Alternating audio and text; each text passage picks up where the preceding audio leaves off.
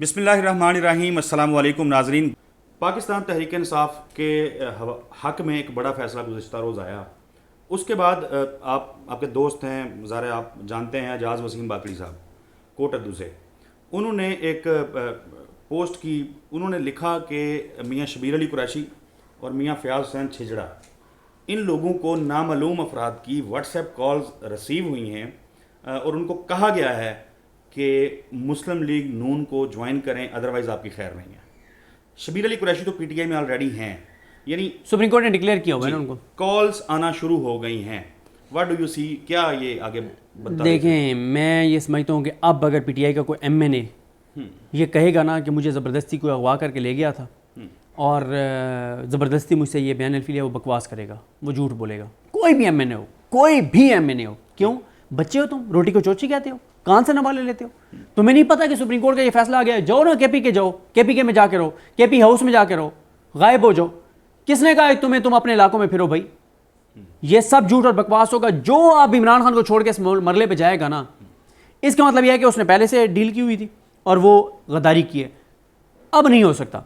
अब जिसको ये खतरा है वो मोबाइल बंद करे, जाके केपी के बैठ जाए, वहां से सर्टिफिकेट लिख के दे और वो यहाँ इलेक्शन कमीशन में जमा हो जाएगा, बात खत्म। अब नहीं हो सकता। अच्छा, बहुत सारे सहाफ़ी कॉल्स आ रही होंगी, इसमें कोई शक नहीं है। देखें, इस निज़ाम के लिए डू और डाई है। काजी साहब को एक्सटेंशन नहीं मिलती तो चैप्टर क्लोज। बहुत सारे सहाफ़ी जो हैं माजी करीब में यह दावा करते रहे हैं कि पाकिस्तान तहरीक इंसाफ के मुतअद्दिद एमएनए, कोई 25 बताता है, कोई 30, कोई 40, वो कोई ख़ास एफिडेविट जमा करवा के फिर एमएनए बने हुए हैं। अल्लाह जाने कि कितनी इसमें सदाकत है। लेकिन क्या ऐसे अगर एमएनएस मौजूद भी हैं तो उनके पास भी अब समझते हैं कि अब गुंजाइश ख़त्म हो चुकी है?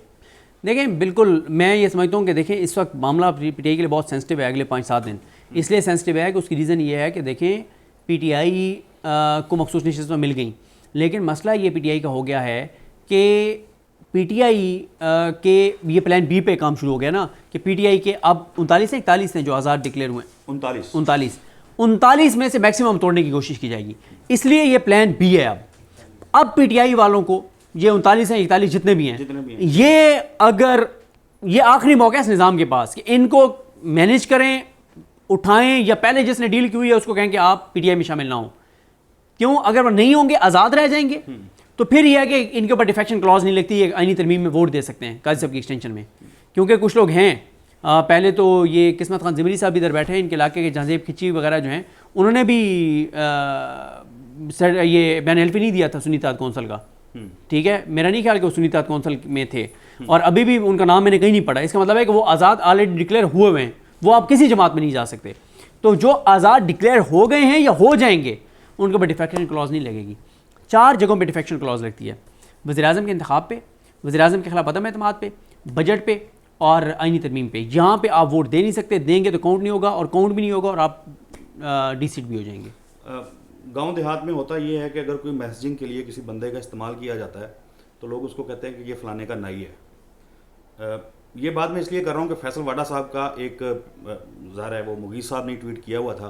वो कहते हैं कि आने वाले दिनों के अंदर अपोजिशन जो जमातें हैं, इनके कई टुकड़े होने जा रहे हैं। फैसल वाडा साहब सिर्फ काजी साहब के हवाले से जो खबर देना वो ठीक होती है। उन्होंने कहा था ना कि काजी साहब पीटीआई को सीटें नहीं देंगे, तो नहीं देने काजी साहब ने। ठीक है, फैसल वाडा साहब की बात सिर्फ काजी साहब के हद तक मानी जा सकती है, बाकी अब फैसल वाडा की बात नहीं मानी जा सकती। बाकी तो फैसल वाडा साहब भी बढ़ गए हैं ना सुप्रीम कोर्ट से, आपने देख नहीं लिया। उन्होंने कहा था सुप्रीम कोर्ट नहीं देगी, हाँ काजी साहब ने नहीं दी, उनकी काजी साहब की हद तक खबर ठीक थी, सुप्रीम कोर्ट के हवाले से खबर उनकी ठीक नहीं खबर ठीक। अच्छा, गुज़िश्ता रोज़ के फैसले के हमारे सियासी मंजरनामे के जो इम्पैक्ट्स हैं वो आप क्या देखते हैं? ये हुकूमत जो है, पहले भी बातें की जा रही थी मुद्दत पूरी नहीं करेगी, आप समझते हैं कि अब वो मज़ीद मुश्किल हो गई है इसके लिए? मैं तो बड़ा क्लियर हूँ, मुझे तो फरवरी 2025 से पहले इंतखाबात नज़र आ रहे हैं। आखिरी कोशिश यही है कि ये जो अभी 15-20 बंदे पीटीआई के तोड़ लिए जाएँ, अगर ये नहीं टूटते तो ख़त्म है चैप्टर। कन्फर्म जुलाई फरवरी 2025, क्योंकि इस फैसले में जो कुछ इलेक्शन कमीशन के हवाले से तफसीली फैसले में जजेस लिखेंगे ना, 8 फरवरी के इंतखाबात पे जो कुछ लिखेंगे, उसके बाद तो सब कुछ ख़त्म हो जाएगा। पहले अब कांग्रेस की आपने देख ली, अक़वाम मुत्तहिदा की रिपोर्ट आपने देख ली, अब सुप्रीम कोर्ट के जब 8 जजेस लिख देंगे अपने फैसले में कि 8 फरवरी को किस तरह के इंतखाबात करवाएगा, तो चैप्टर क्लोज। अच्छा, वीडियो तवील हो रही है। लास्टली एक चीज़ में बार बार ये मेरी तकरार ही बन गई है कि जब कोई कहता है ना कि फ़लाँ तारीख से पहले इंतखाबात हो जाएंगे, तो फिर मुझे सवाल करना पड़ता है कि अब तो कोई ऐसी चक्कर नहीं है कि 90 रोज़ के अंदर इलेक्शन करवाना ज़रूरी है। तो क्या आपका मकसद या आपका मतलब ये है कि 25 फरवरी से पहले हुकूमत चली जाएगी, या आप इंतखाबात होते देखें? आपने अच्छा सवाल किया है, ये ठीक आपने कहा है, चलें ये बात ठीक है, इंतखाबात हों या ना हो, कम से कम हुकूमत चली जाएगी, ये मैं इत्तफाक करता हूँ आपसे। मामला हुआ कंटेम्प्ट में लग गया बाबर सत्तार साहब के पास, नहीं कंटेम्प्ट में नहीं लगा, पता नहीं जिस भी मामले बार बाबर सत्तार साहब के पास लग गया, कहाँ पे टांग गई? वही डीसी जिसको उन्होंने किया हुआ था, कंटेम्प्ट में जेल भेजा हुआ था और आमिर फारूक साहब ने उसकी सज़ा मुअत्तल की हुई है, वो डीसी जो है ना वो आया, बाबर सत्तार साहब ने कहा क्या करना है, आज बैठ के इजाज़त देनी है या पिछले 3 साल के ले आओगे, किस किस को इस्लामाबाद में तुमने इजाज़त दी और कहाँ कहाँ दिया? डीसी ने जाके और इजाज़त दे दी पीटीआई को, एनओसी ना दिया। 4 जुलाई को दोबारा समाअत थी, 4 जुलाई को समाअत वाले दिन जाके एनओसी दे दिया। 6 जुलाई को शाम को जलसा था, रात यानी 6 जुलाई जब आगाज़ हुआ 12 बजे के बाद, 5 और 6 जुलाई के दरमियानी रात और 6 जुलाई के जब आगाज़ हुआ 12 बजे के बाद, तो रात को 1:24 पर शोएब शाहीन साहब को डीसी ने नोटिफिकेशन भेज दिया कि जी वो आपका एनओसी मुअत्तल कर दिया कमिश्नर ने। इसको कंटेम्प्ट में ले गए शोएब शाहीन साहब बाबर सत्तार साहब के पास, उस दिन भी मैं मौजूद था अदालत में। बाबर सत्तार साहब ने बड़ी इंपॉर्टेंट बात की और टेक्निकली और कानूनी तौर पर दुरुस्त बात उन्होंने की। उन्होंने कहा शोएब शाहीन साहब को कि शोएब शाहीन साहब देखें, आप हमारे पास आए, डीसी रिस्पोंडेंट था, डीसी को हमने डायरेक्ट किया, डीसी ने आपको इजाज़त दे दी, कमिश्नर ने मुअत्तल किया ना, कमिश्नर तो पार्टी नहीं था, तो इसलिए आप जो है ना वो कमिश्नर के ऑर्डर को चैलेंज करें। कमिश्नर के ऑर्डर को चैलेंज करते हैं शोएब शाहीन साहब, वो केस लाए जाते हैं आमिर फारूक साहब के पास। आमिर फारूक साहब खुद बोल पड़े कि 3 माह हो गए हैं, ये मामला चल रहा है, इजाज़त तो आपको देनी पड़ेगी। शोएब शाहीन साहब ने कहा जी हमें 27 की इजाज़त दे दें, 27 जुलाई की।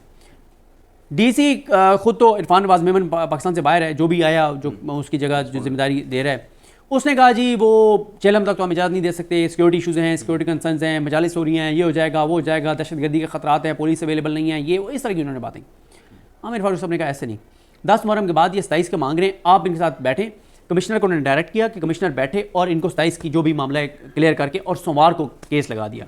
अच्छा, सोमवार को क्योंकि आमिर फारूक साहब नहीं है, यानी कल परसों वो केस लगने किसी और जज के पास। अब इस दौरान ये हुआ कि वो सरकार, वो इंतज़ामिया, वो मोहसिन नकवी के सबऑर्डिनेट्स जो ये कह रहे थे कि इस्लामाबाद में पुलिस अवेलेबल नहीं है, सिक्योरिटी थ्रेट्स हैं, मामलात हैं, ये है वो है।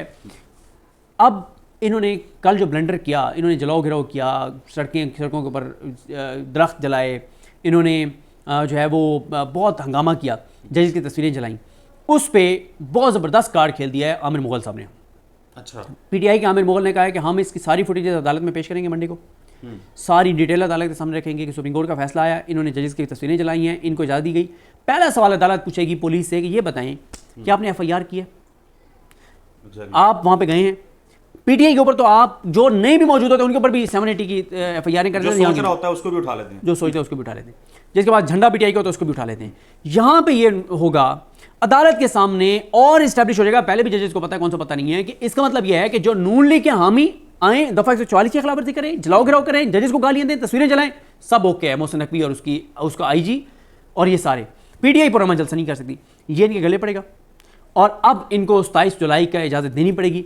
अब मैं आपको बताऊँ 27 जुलाई की तारीख बहुत अहमियत अख्तियार कर गई है। 27 जुलाई के ऊपर मैं आपसे पूछता हूँ, यहाँ पे अहम चीज़ ये भी है कि जब पाकिस्तान तहरीक इंसाफ का जलसा इन्होंने मनसूख किया NOC, तब मुहर्रम उल हराम शुरू नहीं हुआ था, शुरू होना था, और वेरी नेक्स्ट डे जब मुहर्रम शुरू हुआ तो हमने देखा कि इस्लामाबाद में भी और फिर लाहौर में भी जो कलदम तंजीमें हैं वो रैलियाँ कर रही थी और पुलिस उनको सिक्योरिटी मुहैया कर रही थी। देखें, वो तो इस वक्त आपको पता है कि कलदम तंजीमों की ज़रूरत है इस हुकूमत को। आपको पता है कि इस हुकूमत का मसला यह है कि जिनसे इनको काम पड़ता है ना, उनको 7 खून माफ़ हैं।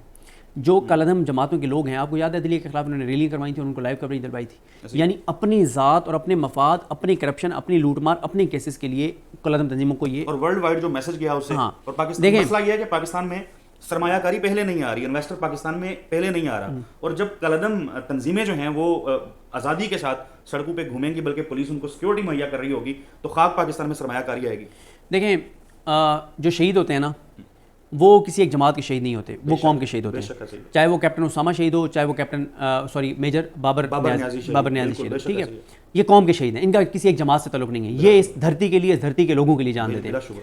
लेकिन आपने देखा कि कैप्टन उसामा की शहादत को ख्वाजा आसिफ ने कैसे एक्सप्लॉइट करने की कोशिश की और उसको सियासत से जोड़ा। शाहज़ेब खानज़ादा के प्रोग्राम में मौसूफ़ कहते हैं कि मैं वज़ीर आज़म के साथ जनाजे में गया तो कैप्टन उसामा शहीद की वालदा ने आर्मी चीफ को कहा और वज़ीर-ए-आज़म को कहा कि आप इस दहशतगर्दी को कब ख़त्म करेंगे, कब तक माएँ अपने लाल इस तरह से कुर्बान करती रहेंगी। और साथ उन्होंने जोड़ दिया इसको पीटीआई से कि हम तो ऑपरेशन करना चाहते हैं पीटीआई।